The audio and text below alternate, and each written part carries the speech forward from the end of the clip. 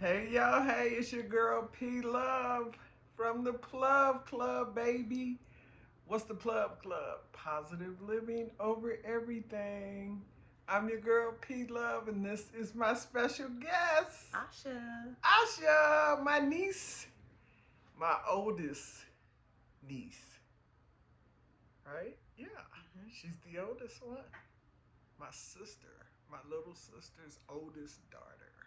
Yes. And she's here to chop it up with her Mimi. Yes. Talk to me, baby.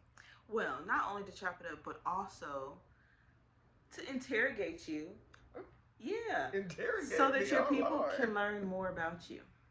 Oh, the PLoVe Clubbers. She Yes. talking about y'all, the PLoVe Clubbers. I got 38 subscribers. Yes. Like, subscribe, share. And now your 38 subscribers can learn all about you, starting from when you were a wee little girl. Oh Lord, I don't know if I could. Y'all know I'm getting ready to be 60 next month, right? Good Lord's will and the creek don't rise. I'll be 60 years old. And we're going to take it back. We're going to take it back. She want to take it back. Mm-hmm. Who's that? I want to take it back to your earliest memory. Oh Lord. Your earliest memory in life. My earliest memory. Mm-hmm. What in the world? My earliest memory? Yeah. I don't got none. You have to have your earliest memory. It doesn't matter when it was, whatever your first memory was that you can remember right now, your earliest memory. Okay, when I was 5 years old and we lived at 5872 Cates in St. Louis off of Goodfellow. It was an apartment complex, and it was a U-shaped apartment complex. And I remember watching the neighbor across the walkway get beat up by her husband. Okay. That's the earliest memory that I have. That and having an aunt that I played with in the window called Mr. Charlie. Okay, so your earliest memory, you were 5. You think you were 5. Yep, I think I was 5. And you saw your neighbor getting beat up Mm-hmm. by her boyfriend, her husband. Mm-hmm. And then your other memory, you had a little aunt that you played with that was your friend. Right, because I couldn't go outside, I couldn't go outside a lot. I had to sit in the window and watch the other kids play. My brother was out there, but I couldn't go out there because I was too little. Well, okay, so I want to talk about that too. I want to talk about your family life. I want to talk about, you told us about your earliest memory, but I want to talk about your family life, where you grew up. Mm-hmm. Okay, let's just start with that. Where did you grow up? I grew up here in Columbia, Missouri. Okay, so you were 5 years old. You said you were in Cates.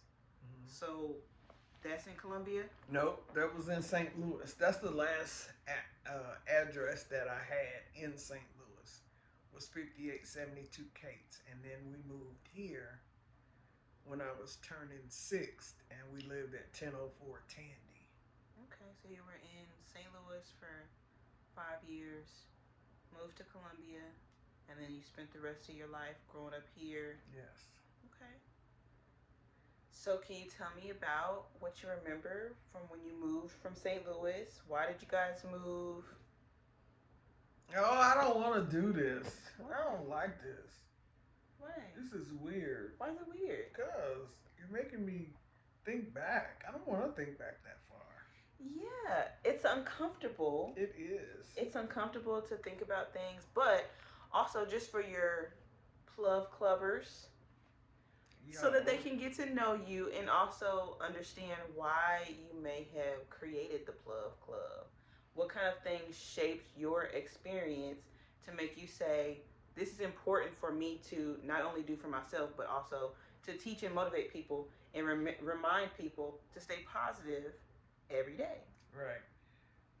I think it was just an accumulation of experiences from the time that I can remember, like being teased by my brother being teased by some of his friends, just being picked on as a kid, and how quick I would get so angry.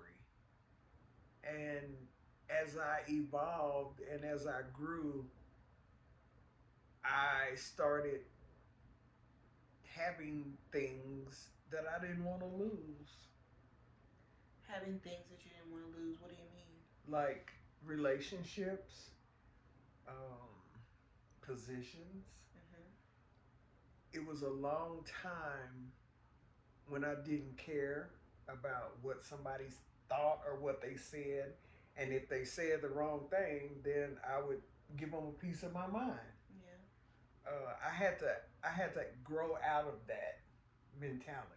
Yeah. I had to grow out of that stinking thinking, because I always felt like when I was offended, or when somebody upset me, or when I didn't get my way, or when I couldn't control the narrative, I would pop off. Mm-hmm. And at the time when I was younger, I mean, I lost some jobs because of my attitude and my quick impulse of offense, if that makes sense. Yeah. So I had to, as I went through life, and life was just life, and situation after situation, circumstance after circumstance, I had to learn how to maintain my emotions and self regulate my feelings. And I had to be able to take time to shut down and process how something would make me feel, because if it, like I said, if I felt like you was trying to get something off, or if you was trying to offend me, or if I felt offended, I felt like I had to say something. I had to get my lick back, Yeah. per se. But as I evolved into my school position right now, I can't just do that. Yeah. The older I get, I'll be 60 next month. What do I look like popping off on somebody? Yeah. For whatever reason, you know. So I try to keep my thinking intentional. I try to keep my circle small, and I just try to move in a positive direction. Yeah. Mm-hmm. I know you said that your brother and his friends picked on you, and Mm-hmm. that was a point of like, okay, I'm popping off on them. Mm-hmm. But do you think that you learned that pop off behavior, that I'm going to say what I want to say when I want to say it? Or do you think that was just something innate in you? Like, since you were a small kid, you just popped off on people? I don't know, maybe a little bit of both. You know, Yeah. um, definitely environment and circumstances, can have a big impact on character. How you act, and the things you find yourself doing or not doing. Yeah. And I think that was a big part of him teasing me, teasing me, teasing me. It fostered low self esteem, but also it was, I could take a licking and keep on ticking. You know what I'm saying? I could Yeah. take a cussing, or somebody could say something crazy to me, and I did not have to say anything back, but I just wanted to. I wanted to say something back every time. Yeah. I always had to say something back. Well, that makes me curious. So when Uncle Gary, I'm gonna say your brother, but that's my uncle. When Uncle Gary would say stuff to you, would you pop off on him, or would you just let it ride, and then you kind of were lashing out on people outside of your house? That Okay. that part, Okay. that part, because it was just something about him. I don't know if you remember your uncle. Yeah. Yeah, because he was a lot. He was a lot, and he would just drag it on and on Yeah. and on and on, and so I think a lot of times that would I don't know, it kind of stung a little bit, you know. Yeah. So then when I would go, it's kind of like a bullying situation almost. Yeah. You know, you be bullied and then you go to school and you bully somebody else. Yeah. You know what I'm saying? So I think it was really like that. But I don't know. It's kind of really hard to explain. I don't know. It kind of makes sense because you did say that when you were just lashing out, say what you want to say, popping off, it was when you felt like you were out of control. Mm-hmm. You felt like somebody was doing something to you and you needed to get your lick back. Right. You had to respond. Felt So, offended. yeah, so it makes sense that, like you said, the bullying situation. I'm going to go out here. Somebody going to say something to me. I'm not going to let that happen. But also, I don't have a lot of control at my house. I'm going to have control over this situation. Right. That makes sense. I think so. That's a big part of it. That's a big part of it. Like, subscribe, share. And look at her. Oh, yeah, you guys can purchase some headgear, scarves on my Etsy, Oh So Small Crafts on Etsy, Oh So Small Crafts on Instagram, and she'll put it at the bottom. Now, let me tell you about this specialty right here. She knows how to do all this stuff, and I do not. And she's like, Mimi, if you're going to be doing this, then you need to do this. You need to do that. You need to do it like this. You need to do it like that. Because y'all know how I got here, remember? I got here by way of DoorDash. DoDash, not DoorDash. The woman DoDash at DoDash. That's who I'm talking about. And she just said, get on here. She said, don't worry about what you look like. Don't worry about nothing. Just get on here and record. That's what I've been doing. But as I evolve, I'm starting to see, okay, so maybe we can create some content. Maybe I can create some content. I think I am. I'm getting ready to redo my furniture. So when I get my leather dye in, I'm gonna create some content with that. You know? Yeah. I think so. But I also feel like right now, trying to get off topic because you don't want to answer my questions.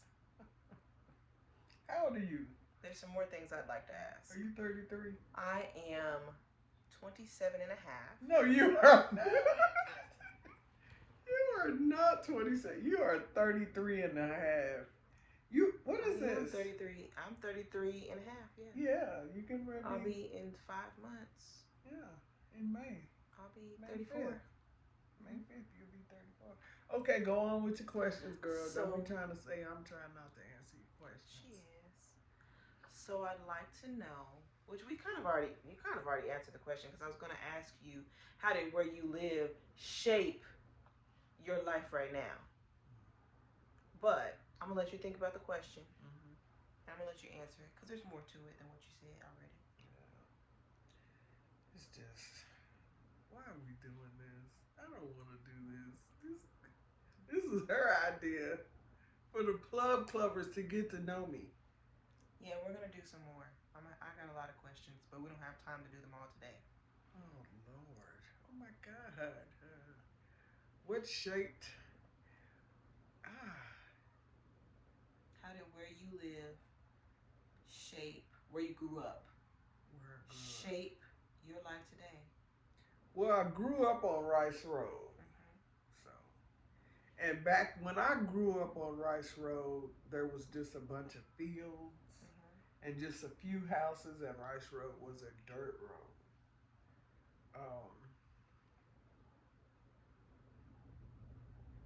I think it shaped me to want to be like a mentor. I wanted to be for kids what I didn't have as a kid in my neighborhood. Yeah. You know, so that's how a big part of my environment has shaped like how I move and how I am right now. because I always wanted to be positive. Yeah. Mm-hmm. So you wanted to be a mentor. I feel like she's not going deep into what she really means because from what I know about Rice Road, I also grew up on Rice Road, but it was a different Rice Road than what she grew up on. Right. And when they moved to Rice Road, they were the only black family. We were the only black family in Wilson subdivision. Which gives a lot of context to what you're saying. You wanted to mentor people so that they could have what you didn't have, which was black faces around you that are positive, right. that can motivate you. So, right. Give me the details. But Skipping me. But back then, it was a time of peace, love, and light. Even though I was the only black kid around, I had a lot of good white friends, that loved me, and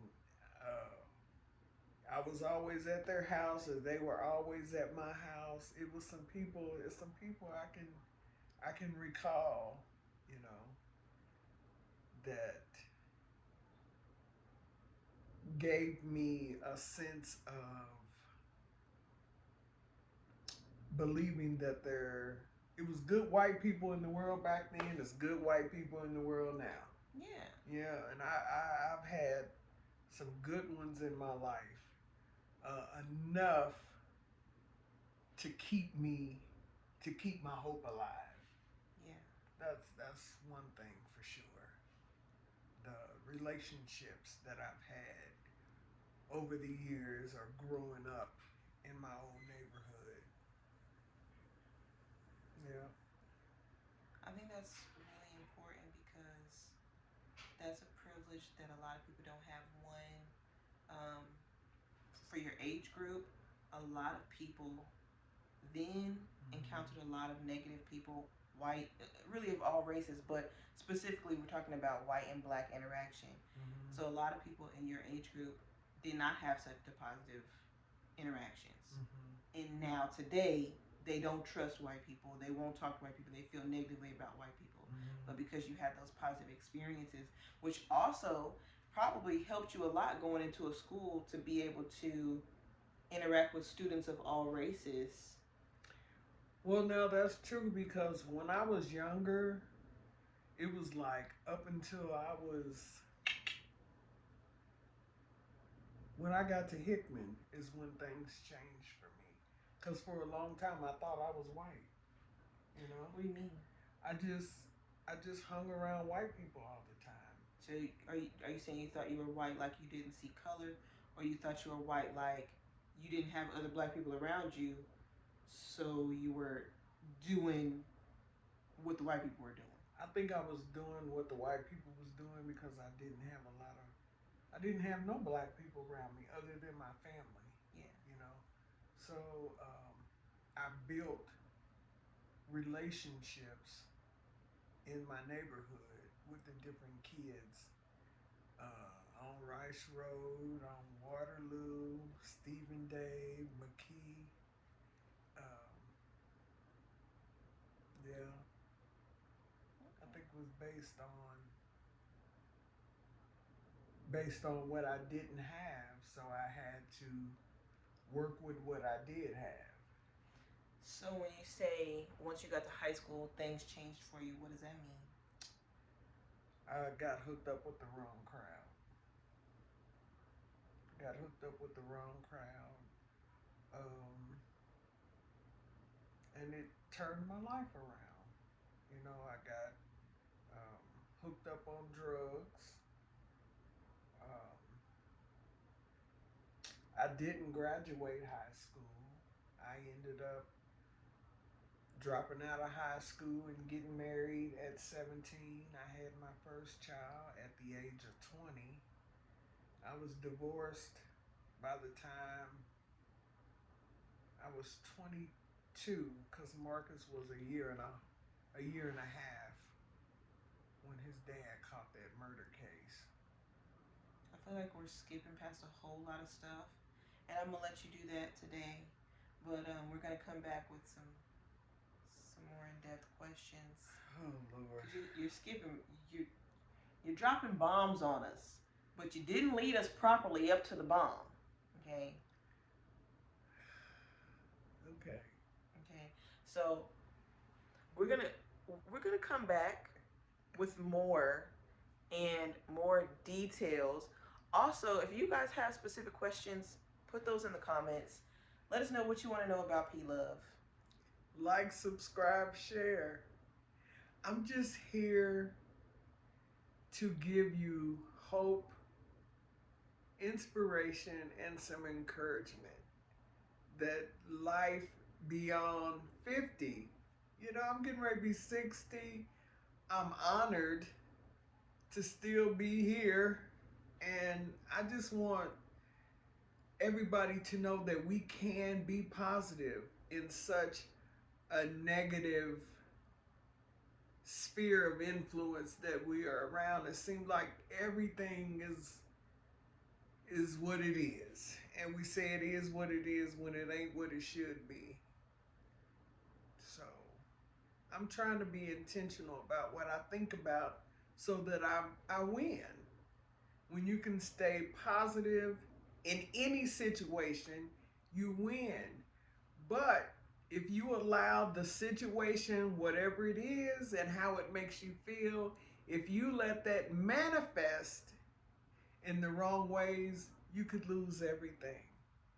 I'm your girl, PLoVe. This is my beautiful niece, Asha.